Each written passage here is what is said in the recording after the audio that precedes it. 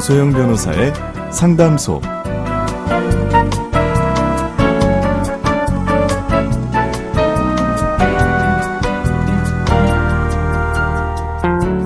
양소영 변호사의 상담소, 양담소를 찾아주신 여러분 환영합니다. 양소영입니다.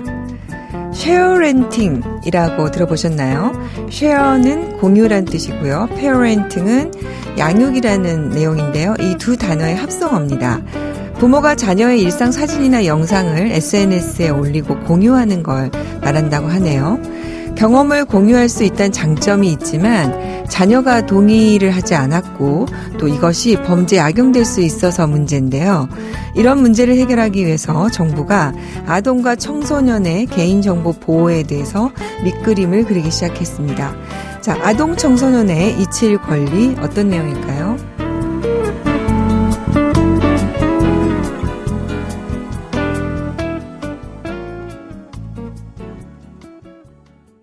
법무법인 승인 양소영 변호사입니다. 저도 아이들 키우면서 이런 고민을 많이 했었는데 이번에 정부의 이런 대책을 마련하겠다는 움직임이 굉장히 좀 반갑다는 생각이 듭니다. 자, 본인의 개인 정보와 사진을 온라인에서 삭제하거나 숨김 처리를 하고 싶은 아동 청소년들은 앞으로 정부의 도움을 받을 수 있습니다. 정부는 내년부터 아동 청소년이 신청을 하면 본인이나 제3자가 올린 사진과 영상 게시물을 삭제해주는 소위 이칠 권리 시범 사업을 실시한다고 합니다. 성인에 대해서 이칠 권리는 표현의 자유나 알 권리를 침해한다는 논란 속에서 아직 법제되지는 못했지만 아동 청소년의 경우에는 성인에 비해서 개인정보 침해 위험 인식이 낮고 권리 행사가 어렵다는 특성을 고려해서 먼저 법제화에 나서게 된 것입니다. 실제로 보호자가 소셜미디어에 올린 자녀의 사진과 영상 등에서 개인정보를 조합해서 아이가 유괴범죄의 표적이 된 사례가 발생하기도 했죠. 또 온라인 게시글로 인해서 또래 집단 내 사이버 폭력 등의 문제가 생긴 경우도 많다고 합니다. 이런 면에서 아이들의 권리를 보호하기 위한 부분 법제화에 나선 것은 매우 환영할 만한 일이고요.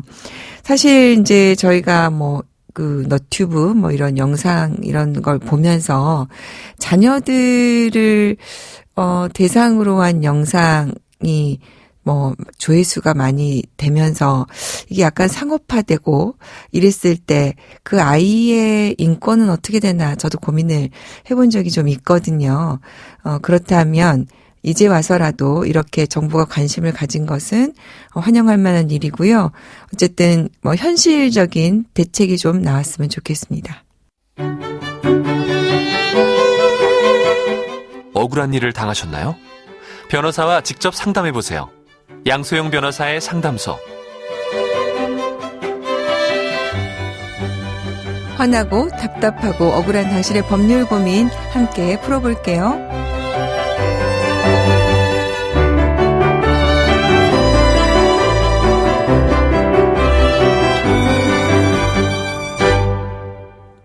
오늘은 김지혁 변호사님이 함께하겠습니다. 안녕하세요. 네, 안녕하세요. 김지혁 변호사입니다. 오랜만에 방문을 해주셨어요. 왜 이렇게 오랜만에 나오셨습니까? 어떻게 지내셨어요? 아유, 초대해 주셔서 감사합니다. 저야 바쁘게 지냈고 오랜만에 네. 변호사님도 뵙고 청취자분들과도 다시 만나서 너무 좋습니다. 네, 오늘 또 준비된 사연 보고요. 많이 도움되실 정보가 될 것 같아요. 기대해 보겠습니다.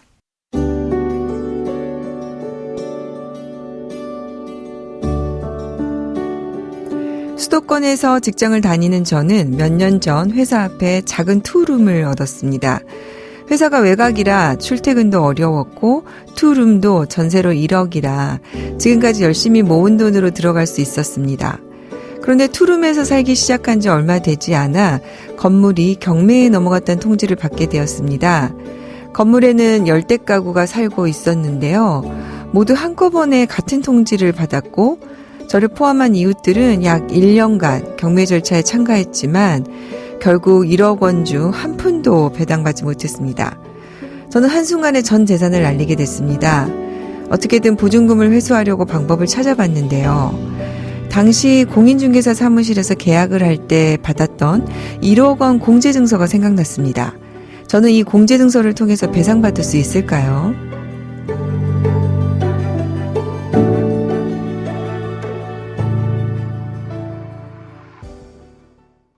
사실 이 1억이라는 돈이 작은 돈이 아니잖아요. 월 100만 원씩 저축을 하면 10년을 모아야 되는 돈인데 이렇게 어렵게 모은 전세금 1억 원은 모두 잃게 되신 것 같습니다. 변호사님, 우리 김지혁 변호사님 보시기에 지금 어떤 상황으로 보이십니까? 네, 아마 사연자분은 다가구 주택에서 사시다가 이런 문제를 겪으셨던 것 같아요. 많이 헷갈리시는 것 중에 다세대 주택과 다가구 주택이 있는데요. 네. 쉽게 설명하면 다세대 주택은 아파트같이 세대별로 등기가 분리되어 있는 공동주택이고, 다가구 주택은 하나의 등기로 된 건물에 여러 가구가 호실만 달리해서 사는 것입니다. 네. 다세대 주택은 세대별로 등기가 따로 되어 있다 보니 경매도 별도로 진행되지만 다가구 주택은 하나의 경매로 진행이 됩니다. 네. 아마도 사연자분은 다가구 주택 건물에 사시는 것 같고, 사연자님보다 먼저 전입신고, 확정일자를 갖춘 임대인들이 살고 있어서 한 번에 경매 절차가 진행되고 낙찰 대금을 배당받았을 때 다른 선순위 임차인들이 먼저 배당을 받고 순위가 이제 느린 사연자분은 한 푼도 배당을 못 받은 걸로 보이네요. 그러게요. 이제 보통 보면은 그 소액의 임차 보증금, 전세금 같은 경우에 우선순위로 보호받는 그런 이제 법 규정이 있는데 한 푼도 배당받지 못했다는 거 보니까 우리 김 변호사님 말씀처럼 선순위가 있었다 이렇게 보여지는데요. 아니 그런데 그 부동산 계약을 할 때 다가구 주택이고 순위가 늦어서 위험하다 이런 거를 아셨다면 계약을 했을까 싶어요. 혹시 공인중개사가 이 부분을 제대로 설명을 안 해서 이런 일이 발생을 했을까요? 네, 분명 설명을 들었어야 됩니다. 해당 건물이 다가구 주택이고 경매가 되는 경우에는 다른 선순위 임차인들보다 늦게 배당을 받게 되고 선순위 임차인들이 그러면 몇 명이 살고 있고 각각 얼마의 보증금들이 있는지 공인중개사에게 전혀 설명을 받지 못했다면 이러한 경우 임차인은 공인중개사에게 공인중개사법상의 확인 설명 의무 위반을 이유로 전세금이나 보증금을 회수하지 못한 손해배상을 청구할 수도 있습니다. 그러니까 지금 우리 사연 주신 분이 지금 1억 원 공제증서가 생각이 났다. 이걸 통해서 배상을 받을 수 있느냐 이렇게 물어보셨는데 우리 변호사님 말씀 들어보니까 가능성이 좀 있을 것 같네요. 그런데 손해배상은 그러면은 금액이 어느 정도나 인정이 됩니까? 네, 보증금을 회수하지 못한 그 피해금을 기준으로 해서 법원은 보통 적으면 20%, 많으면 70% 정도까지도 배상 책임을 인정을 하는데요. 네. 그 금액은 공인중개사가 어느 정도로 의무 위반을 했느냐, 그리고 그 의무 위반과 손해를 받은 것과의 인과관계가 어떠냐에 따라서 좀 달라집니다. 판례를 좀 있으면 소개해 주시면 고맙겠습니다. 네.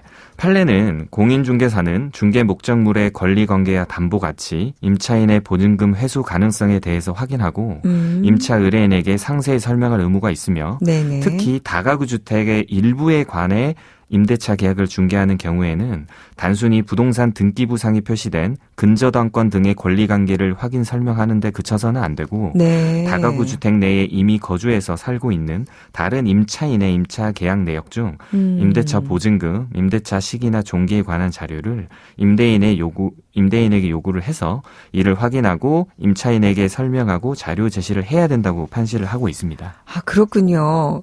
그러니까 다시 한번 정리를 하면 다가구의 경우에는 근저당권 등 권리관계를 확인하는 데 그쳐서는 안 되고 더 나아가서 다른 임차인의 임차 내용, 계약 내용까지 알려줘야 한다. 이런 의무가 있다는 겁니까? 네네, 맞습니다.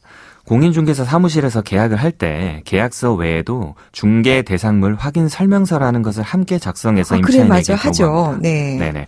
여기는 임차 대상물의 어떤 객관적인 상태 등도 기재가 되어 있지만 가장 중요한 것은 권리관계입니다. 네. 사실 근저당권은 등기부에 기재가 되어 있기 때문에 누구나 확인하는 것이 쉽지만 문제는 나보다 선순위의 다른 임차인들의 존재라든지 이런 것들이 임대인의 협조가 있어야 됩니다. 네. 공기중개사는 임대인에게 그런 협조를 구한 다음에 알아낸 정보를 임차인에게 설명하고 확인 설명서에 실제 권리관계란에 기재를 해야 됩니다. 아, 그러면은 이제 그 확인 설명서에 여기에 확인이 되어 있는지 안 되어 있는지를 보면 중개사의 과실 여부를 알 수 있겠군요.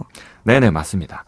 공인중개사가 만약 해당 설명과 그런 기재를 누락했다면 확인 네. 설문 의무 위반이 됩니다. 그렇다면 보통 회수하지 못한 보증금에 보통은 30%에서 한 40% 정도를 배당받을 수도 있고 아, 네. 혹시 공인중개사가 뭐 근저당권이라든지 아니면 그 외에 공인중개사가 설명을 해야 되는 부분들에 대한 의무 위반이 있으면 네. 배상 금액은 사실 더 커질 수도 있습니다. 아니, 그런데 이럴 경우에 지금 아까 우리 변호사님이 30%라고 얘기하셨잖아요. 그럼 굉장히 그 금액이 낮은데 이거는 왜 그 정도밖에 배상을 안 해주는 거죠? 지금 1억 원 공제 증서가 있는데. 네, 그렇죠. 이게 임차인이 날린 돈 전 재산 1억이면 너무 큰 돈인데 네. 판례는 이런 식으로도 보고 있습니다. 판례는 한편으로 임차인 역시 공인중개사의 중개에만 의존할 것이 아니라 직접 건물의 상태와 다른 임차인들의 존재 등을 예상할 수 있고 스스로 그 위험성을 고려하여 신중히 임대차 계약을 체결해야 한다. 이런 식으로 봅니다. 그렇기 그러니까 때문에 이제 피해자에게도 일부 과실이 있다 이렇게 보는군요. 아, 그렇습니다. 네. 그래도 30%에서 40% 정도라도 배상을 받을 수 있으면 좋겠다는 생각이 드는데요.